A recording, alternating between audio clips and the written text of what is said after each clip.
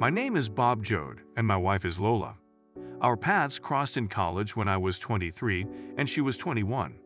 At that time, I was serving in the Army and simultaneously studying for 2 degrees, in economics and accounting, while she was studying biology. My military duties were not permanent but dangerous. We carried out secret missions, often involving revenge against someone who seemed friendly.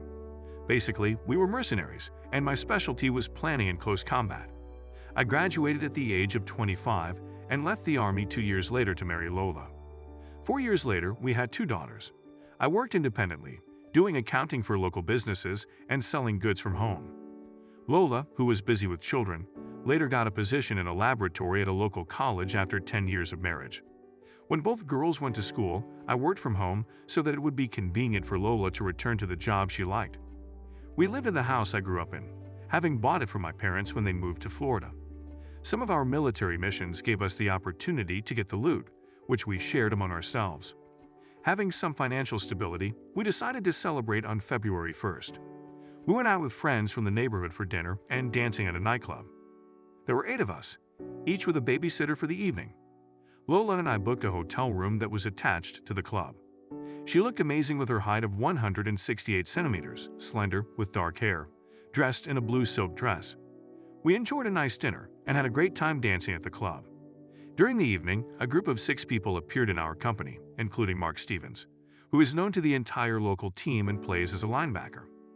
All the women at our table noticed him. He was accompanied by a beautiful blonde who wore a large engagement ring on her finger. Our friend June said that she was a cheerleader for the team and was engaged to Stevens. After a while, Stevens noticed our table and came over. Ignoring me, he asked Lola to dance. I tried to intervene, but Lola went with him without even looking back. Annoyed, I headed for the bar, passing him by. Lola seemed indifferent while I ordered coffee. After 2 quick dances, a slow melody started playing and Lola hugged Mark. Feeling annoyed, I went to the bar, ignoring the disapproval of the women at our table.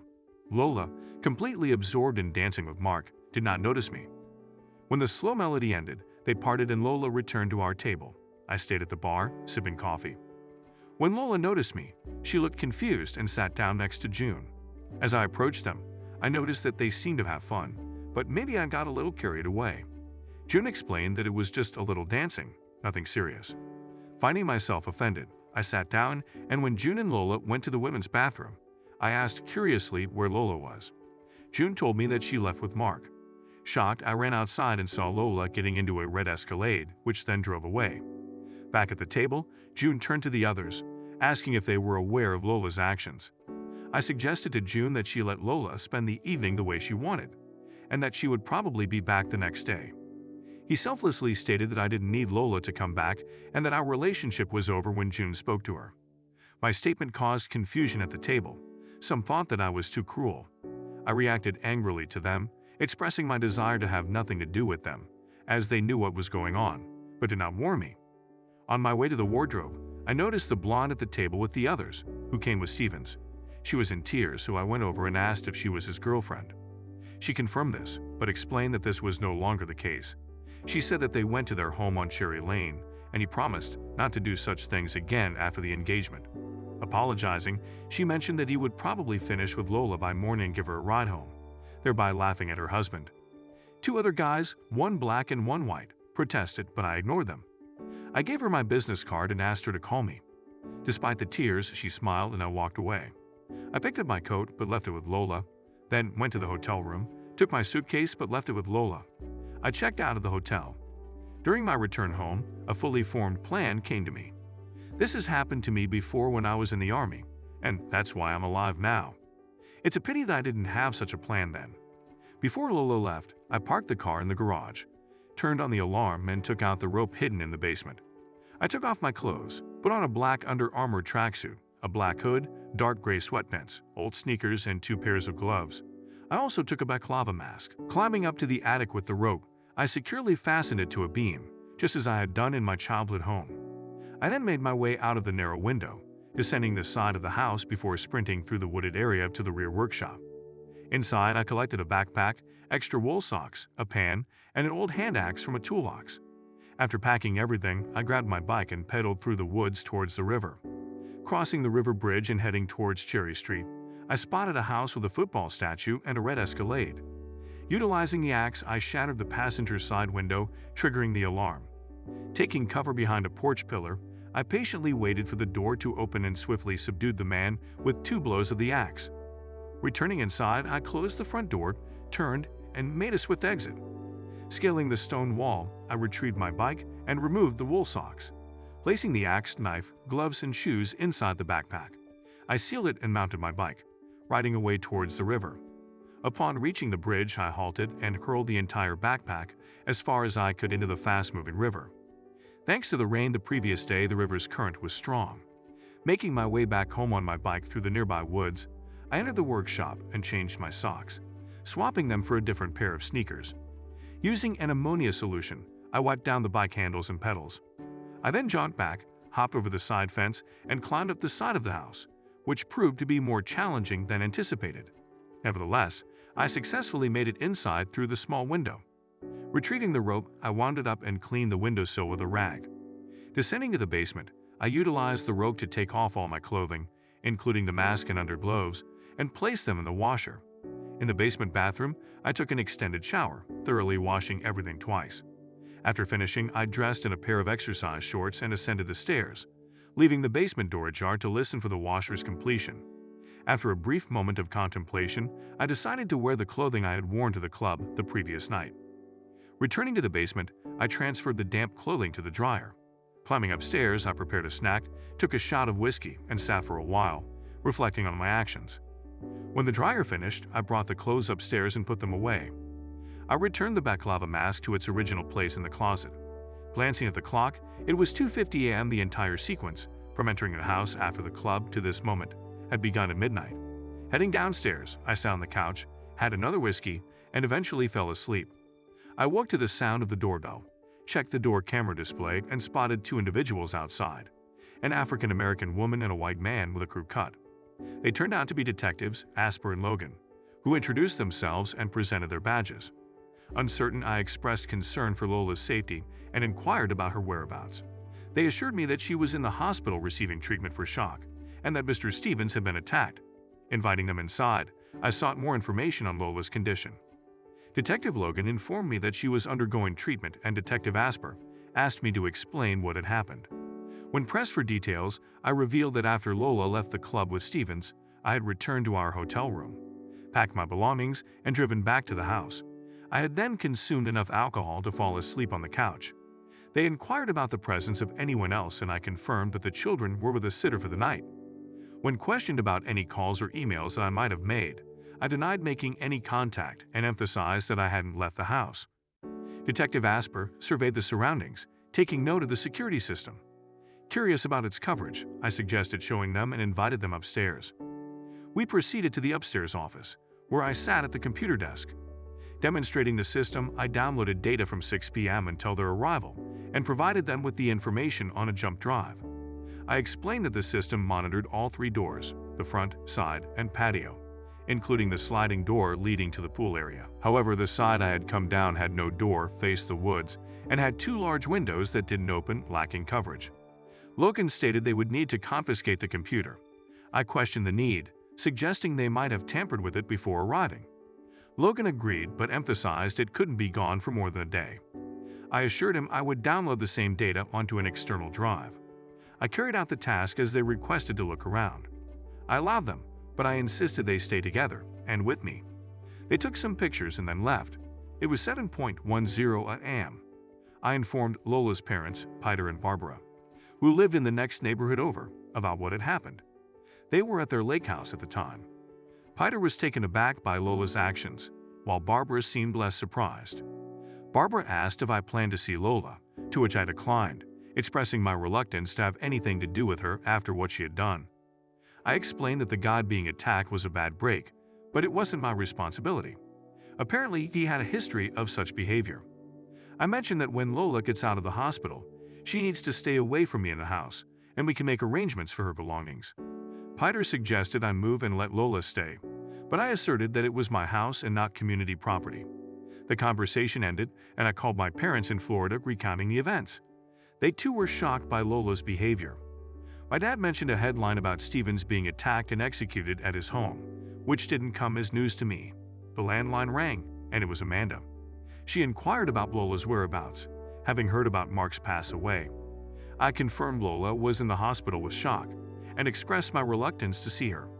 Amanda urged me to support Lola, but I insisted she would never have my support, considering what she had done. The conversation turned heated, and Amanda accused me of being a pig before hanging up.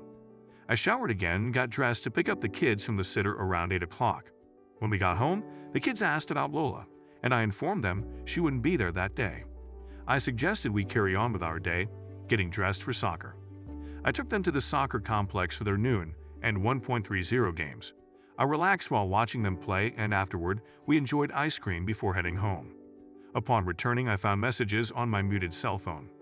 One from Lola's parents stated she was at St. Jude's Hospital, non-communicative. Another from a doctor at the hospital requested a call. One was from Amanda telling me Lola was with the police and not talking to anyone.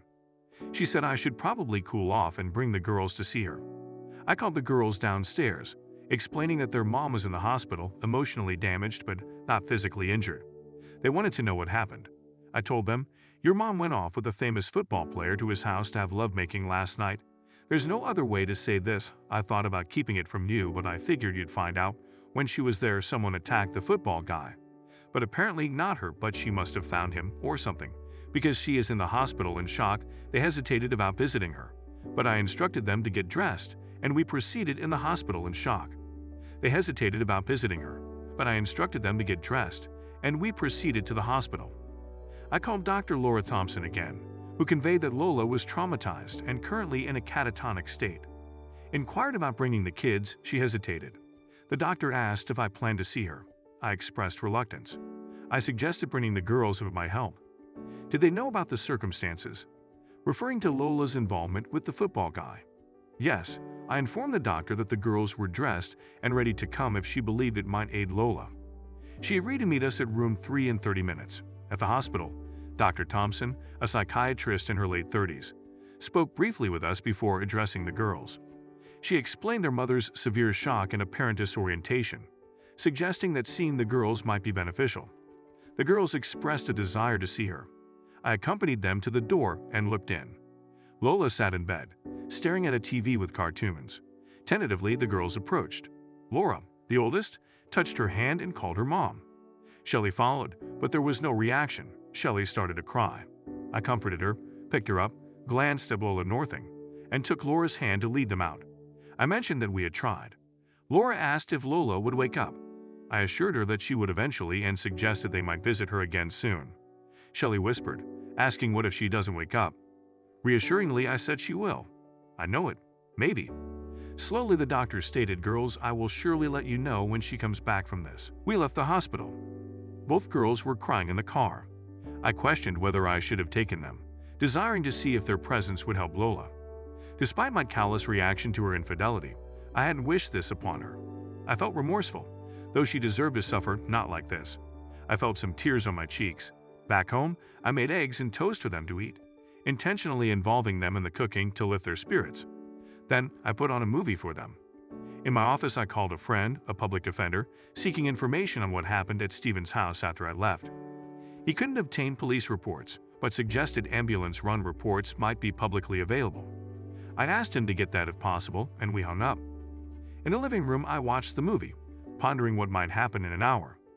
My lawyer friend called back, emailing me the ambulance run, revealing a distressing situation.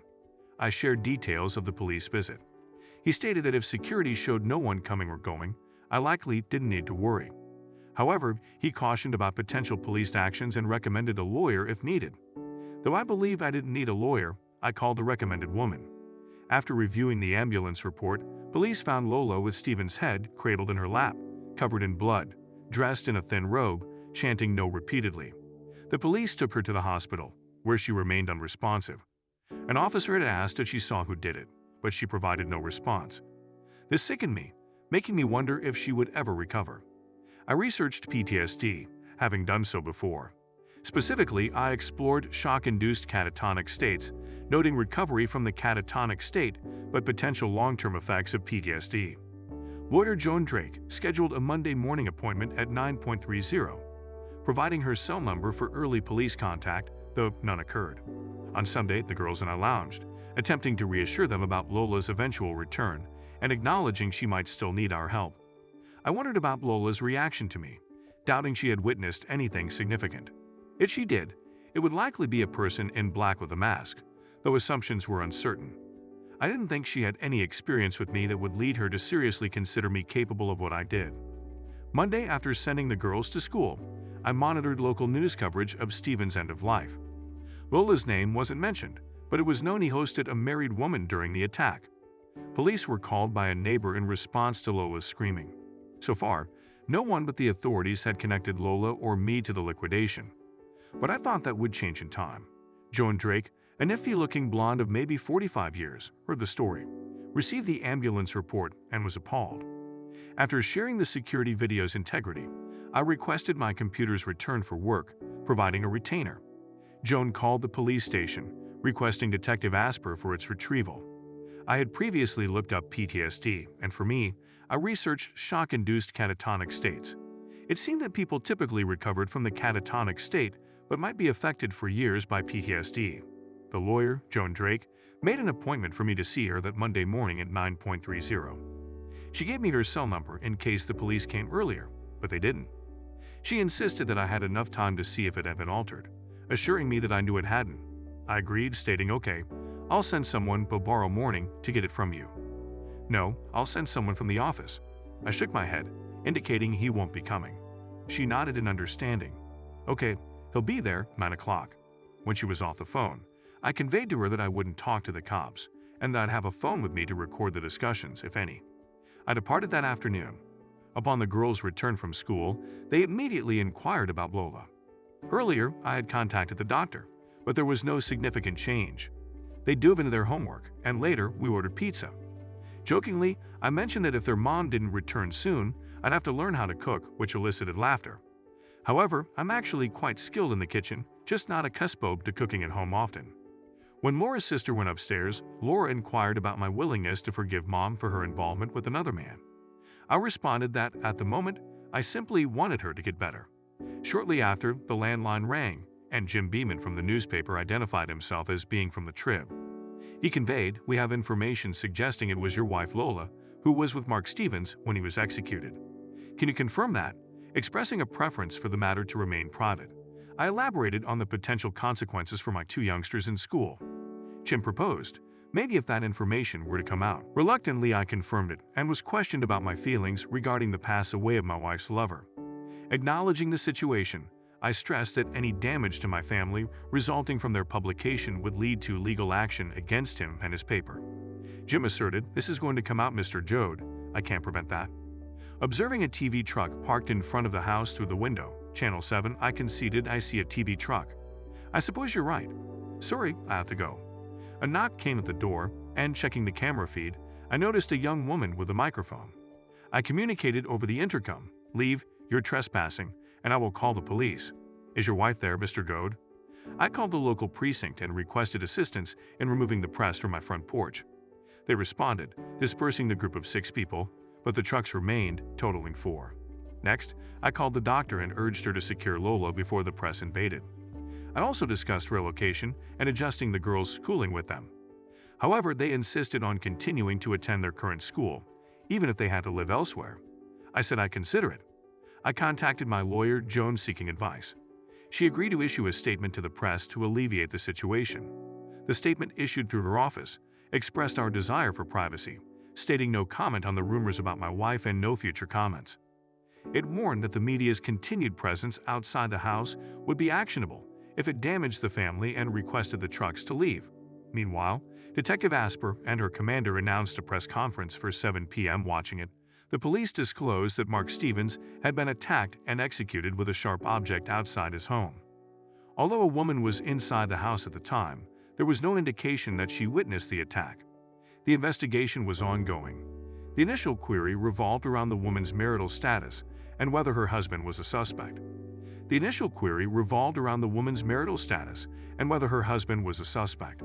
Detroit Rasper remarked that, given everyone knew her name, it was assumed she was married. He stated the thorough investigation of the husband revealed no indication of his involvement in the attack. In fact, he appeared to have been at home all night. A reporter, situated some distance from the scene, inquired about other women, particularly married women and their husbands. The police acknowledged systematically investigating claims of Mr. Stevens seducing married women, finding some truth to it. Stevens seemed to have taken several married women while their husbands were present, prompting further investigation. Commander Peterson interrupted, concluding the proceedings, and announced that any additional information would be shared before the Wednesday briefing. The police departed amid shouting. I arranged with the girls' school to have their work delivered or sent electronically for the next few days. I called Lola's parents, advising them to be wary of the press, though none were present, at least for now. They had also vanished from our street. On Tuesday, the doctor called, reporting Lola's responsiveness, and the police were with her. I informed her parents and took the girls to the hospital. Upon our arrival, the police were just leaving. Detective Asper expressed a desire to talk to me, and after meeting with her, I agreed. Lola appeared dazed, exchanging greetings with the girls through smiles and hugs, but her acknowledgement of me seemed minimal. The girls provided updates on the TV trucks in school, yet Lola appeared to drift off, prompting the doctor to suggest letting her rest. While her parents conversed with the girls, I engaged in a conversation with Detective Asper. Asper remarked that she seemed to be recovering. I responded, stating that maybe she was, but I didn't really know. I asked if he planned to take her home until she recovered. Asper mentioned that after her recovery, he was sure they would be separated.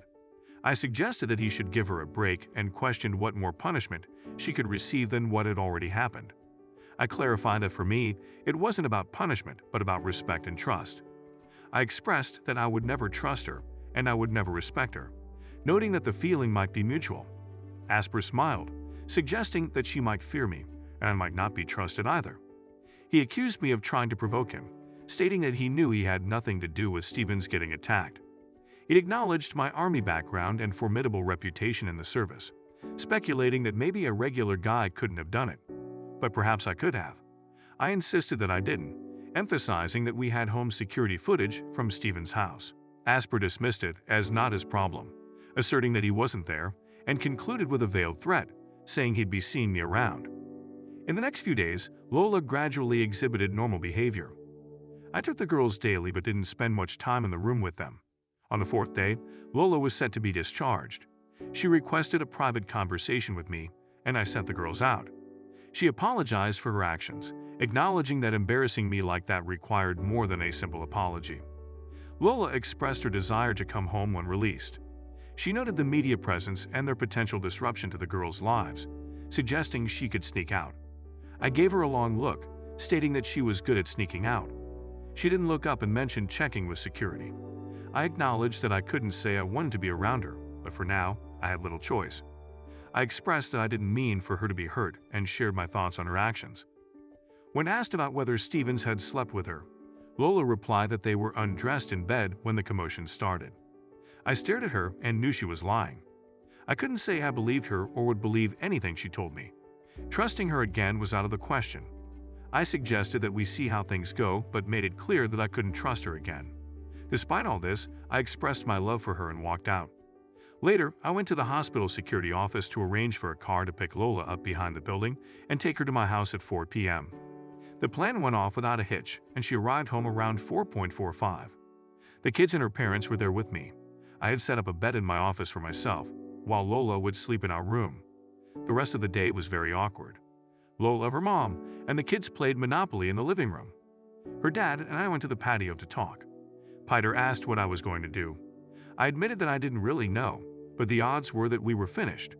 I encouraged him to try to forgive, emphasizing the long history of love between them and their wonderful family. Peter expressed doubts about their long-standing love, questioning Lola's actions. He was particularly troubled by the fact that she said they didn't have closeness. I acknowledged her statement but emphasized the uncertainty, given the amount of time they spent together. I suggested it might make a difference if protection wasn't used and raised concerns about potential consequences, like diseases or pregnancy. Peter didn't find the thought pleasing and agreed to let Lola stay for the time being, but advised me to find another solution soon. We returned inside, ate pizza, and her parents went home. As far as I knew, they did not discuss the Mark situation with her. While putting the girls to bed, Laura asked Lola why she went to have lovemaking with Mark. Lola apologized, admitting her weakness and wrongdoing. Laura expressed confusion about Mark, stating he wasn't their daddy, and promised to discuss it later when she knew more. The girls went to bed and Lola went to the kitchen. I followed about 10 minutes later, making a call to my public defender friend about the autopsy report. He confirmed it was a public document and agreed to get it.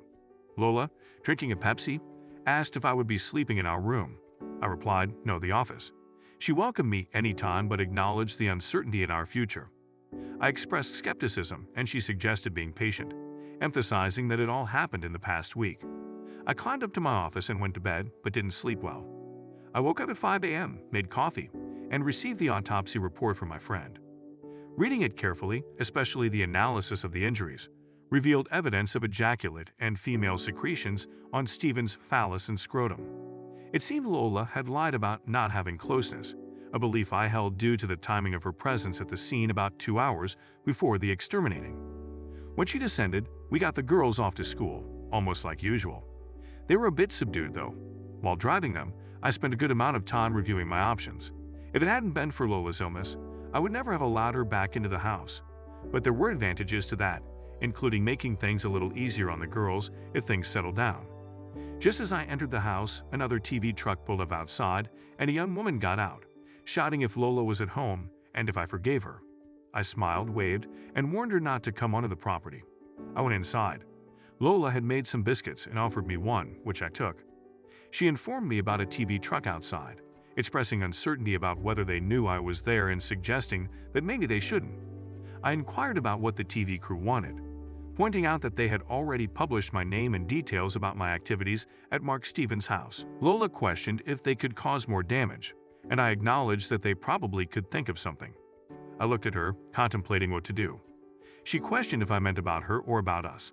I clarified that I wanted her to write down exactly what happened last Friday, from when the confrontation occurred until she ended up in the hospital. I suggested it didn't have to be immediate, but I wanted it soon if possible.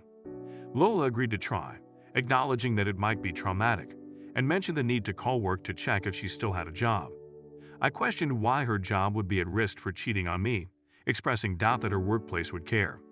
She explained she had been off for a week and called her workplace. They allowed her to put the week on sick leave and the next week on vacation time. She then went to her bedroom typing on her computer. I left her alone and went to my office, where I started researching the autopsy material. I ensured that I would receive the results of the tests done, but it might take a few more days. Despite the situation, Lola seemed to be attempting to behave normally around me. I acknowledged this, but believed she must have questions about what happened. Our routine continued for 2 days until I got the test results from the autopsy. Lola's DNA coital secretions were identified on Stephen's phallus, so she lied about the lovemaking for sure. I was waiting to see what she wrote to me about what happened, but I just couldn't see continuing life with her as my wife. After dinner the next day, Lola came into my home office. I finished writing here. She handed me a printout. I read what she wrote. Lola apologized, expressing regret for her weakness. She recounted the events at the party, explaining that when Mark asked her to dance, she felt thrilled due to his captivating presence and reputation. While dancing, she didn't think of anything else. During a slow number, she found herself at his mercy, pulled to him, and felt his size and hardness. She admitted that at that moment, she would have slept with him right there, captivated by his attractiveness. Mark suggested slipping out the side door to go to his place, promising her the coital experience of her life, a proposition she believed. When the dance ended and I wasn't at our table, she arranged to go to the women's room with Jay. When I returned, she could sense my anger, but thought I would get over it in time. Desiring Mark, she went out the side door and they drove to his house. Mark kissed her, carried her upstairs to his bed, and they slept together. She cleaned him and performed another closeness act, but a car alarm interrupted them. Mark left, instructing her to wait. Looking out the window, she couldn't see over the porch roof, but noticed someone in black running away and jumping the fence. Lola found a robe, went to the front door, and discovered Mark lying in the driveway with a bashed in head. She felt guilty, as if it was her fault for sinning. The police arrived and she ended up in the hospital. She apologized for everything, expressing love and confusion about her actions. I looked up at her, tears streaming down her face. She asked if I was the person she saw. I clarified that I was at home all night, drinking and regretting the end of my marriage and the changes that would come to my family. I admitted to having hate, but assured her that the police confirmed my presence with the security tape. She acknowledged what they said, but I interrupted, expressing my belief that Stevens got what he deserved. She disagreed, saying he didn't deserve that, and emphasized that he was nice and had an impact on my life. I replied that we didn't need to go there, stating that I would never be able to love her again, maybe not at all. I pointed out that the person I thought I married would never have done what she did. I questioned if the lovemaking was worth what was lost, for both of us. I acknowledged that the lovemaking was spectacular, but not worth the consequences. I reflected on the possibility of coming home the next day if things had been different, but with Stevens dead, I felt screwed up for good. She affirmed that I executed him and promptly ran out of the room. Under my breath, I muttered that she executed him. Following that, our relationship turned extremely cold. I made a firm decision not to attempt to convince her of my innocence or to mend our relationship in any manner. I also resolved never to admit to her what had transpired, as I assumed that if I did, she would immediately betray my trust to the authorities. She had just admitted that, had Stevens not been executed, her reckless night would have been worth facing the consequences. Maybe not in those words, but still. I filed for divorce. A few weeks later, I asked for custody of the kids so they could stay in the house. Lola still had her job, so I asked for no alimony, but also no child support and liberal visitation. Soon after, her father called. He wanted me to withdraw the papers, said Lola was distraught. I told him that she deserved to be distraught and she should get a lawyer. He was quite angry, but I didn't know if he was angry with me or her. He inquired about visitation, and I informed him that she could come over any night and stay until they went to bed. Lola visited the next day at 5 o'clock. I had prepared macaroni and cheese, and we ate with the girls. We played board games with them and put them to bed. After that, Lola expressed a desire to talk, but I declined. She insisted that we needed to work things out for the sake of the girls, suggesting that they would have to adjust if we were apart. She proposed finding a place where they could visit, emphasizing that the sooner we worked out the divorce, the sooner I could have a visitation schedule. She pleaded, expressing regret for her mistake and professing her love. I rejected the idea, stating that there was no way we would stay married after her open involvement with that man. I made it clear that it was time to move on. Lola began to tear up, quietly crying. Despite feeling some sympathy, I was not sorry enough to change my mind. Our marriage was over, the divorce went through, we worked out a joint custody agreement, and Lola had an apartment with a big second bedroom for the girls. The two of us settled into a distant but amicable relationship, focused on the girls. After about 4 months, I began to date women from our circle and from work, knew that I was unattached, and I seemed to attract their attention. When Lola had the girls, I brought several women home for the night. None of them lasted too long though, but the lovemaking was usually good and sometimes great. I stayed away from married women, although some of them seemed anxious to be with me, but after my experience, I thought it immoral to do that. Lola was good with the girls and not so good by herself. She was taking antidepressants and sleeping a lot, but she managed to go to work and do her job. I was told by her parents and the girls that she was not dating. 10 years on, Shelley went off to college today. Laura was to go to her junior year. The two of them had gotten used to the joint custody arrangement and seemed to do quite well. They both dated in high school and presumably in college. For Laura, I've had a long-term relationship with a younger woman named Cody, whom I met at a bar one night. Like me, she was divorced, with 2 children at home, and her husband had moved to the West Coast. We met when she was 35, and her kids were in high school, twins in their sophomore year, heading off to college. She and I moved in together at my house. I loved her. She was lively and smart, and the lovemaking was great. While she might not have been as much of a beauty as Lola, she was pretty and guys paid attention to her when we went out. I informed her early on about all the commotion surrounding Mark Stevens' pass away, without revealing how he had died. The publicity eventually subsided, and no one was ever arrested or charged. One Saturday, Detective Logan showed up at my house, and I invited him in. I was home alone. He mentioned his recent retirement and expressed his happiness about the good pension. I congratulated him and asked why he was there. He admitted that he became convinced I executed the man, adding that the man deserved it, though maybe not my wife. I denied any involvement and Logan congratulated whoever did it. I questioned why he thought Lola didn't deserve it. Logan explained that it was just one night and Lola did what many married women might do when someone came onto them. He suggested that if it had been a discreet meeting, perhaps we could have gotten over it. But it was too in our face. I inquired about his partner, and he shared that she was now a captain, a real go-getter. We shook hands and he left. Regarding Lola, she eventually made a partial recovery. We rode together when I took Shelley to school. On the way back, I asked about her well-being. Lola mentioned she was okay and had a boyfriend, somewhat like a friend with benefits. I confirmed that Cody and I were together, and we might move in together once her kids went off to school. Lola whispered that she wished none of it had happened, expressing regret for the missed opportunity to be empty nesters and have some real fun. She apologized and we both ended up crying. Later, she moved into her friend's apartment, but I didn't think she ever fully recovered from that night, and perhaps I hadn't either. I admitted to never regretting dealing with the man, believing it might have saved many marriages, an effective altruistic deed.